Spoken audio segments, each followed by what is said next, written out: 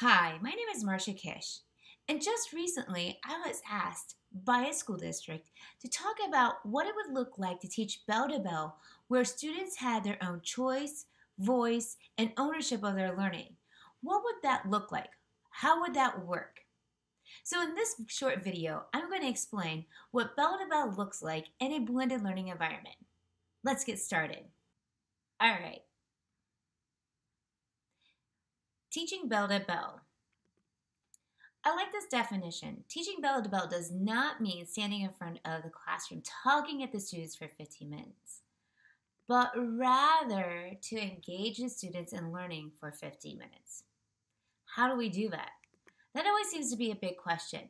How do we engage our students? What would that look like in an environment where students are learning at their own pace, place, and path? Well, first of all, we always need to be gathering data to make sure that we know where our students are and where they need to go next. So that formative assessment is key. Delivering mini lessons. So many people think that just because they have one-to-one devices means the students are going to be able to go and do, and the teacher can do what I call my famous coffee break. That's not what we're talking about. Delivering mini lessons allows you to connect with the students, work with what skills they're ready to do. Mini lessons are very key. Well, what are you doing? What are the other students doing while you're doing mini lessons? Independent practice, digital content, working on future-ready skills. That sounds all great, but remember, I only have 50 minutes to teach. I still have to do attendance, I have to do announcements, there could be a fire drill. How do I even do it with notes and getting out notes back and forth? In a 50-minute period of time, that's what I'm going to work on, is how I can engage with students for 50 minutes in a blended learning environment. So this first part is talking about a view from a teacher. What would that look like?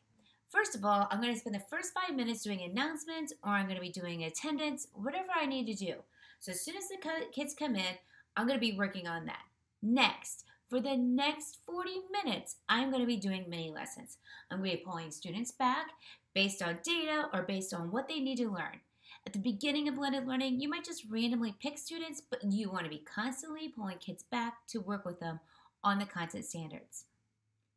Then I implement checkpoints. So after I'm done with that 40 minutes, I still have a couple minutes here and there where I could quickly get up, ask kids if they need help, come back, teach my mini lesson, keep going. So there's a little bit of give and take there. It's not all sitting. It's like, I'm going to get my students going, go check, come back. If there is a big question that a student needs to answer, then I will be like, let me know, I'm going to write it down, and then when you come to my mini lesson, I'm going to answer that question for you. And then finally, exit ticket. I want to know, what did those students get done? So before they leave, I'm going to spend 1 or 2 minutes with those students doing a quick little exit ticket. That's what the day looks like from a teacher. Now, what does it look like from the viewpoint of the student? Because remember, teaching bell to bell means that we want to engage our students for a total of 50 minutes. How?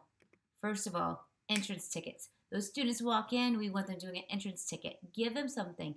Have them reflect. Talk about what they did last night. Take a selfie. Put a blog post together on Seesaw, Nearpod, whatever you want them to do. Something that's going to get them quickly engaged with your content you are teaching. Next, the students are going to rotate through 4 areas. They'll still be learning all the main content, just in 4 different modalities. 1 with a mini lesson with you, 2 independent practice, 3 digital content, and then 4 future-ready skills. What do I mean by future-ready skills? We want those students creating, collaborating, communicating, using critical thinking, and even connecting outside of the classroom walls.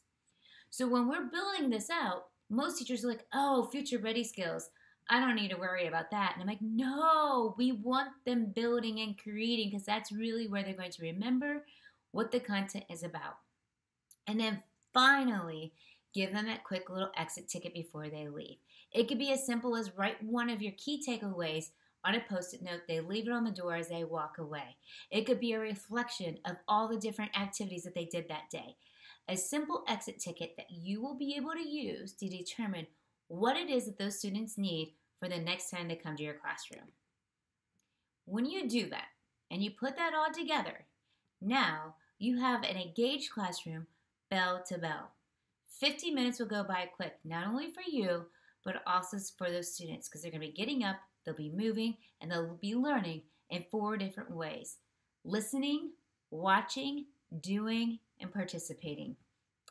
That's your key. So when you go bell to bell on blended learning, it's a breeze. Thanks, guys. I hope you enjoyed this video, and we'll talk to you soon.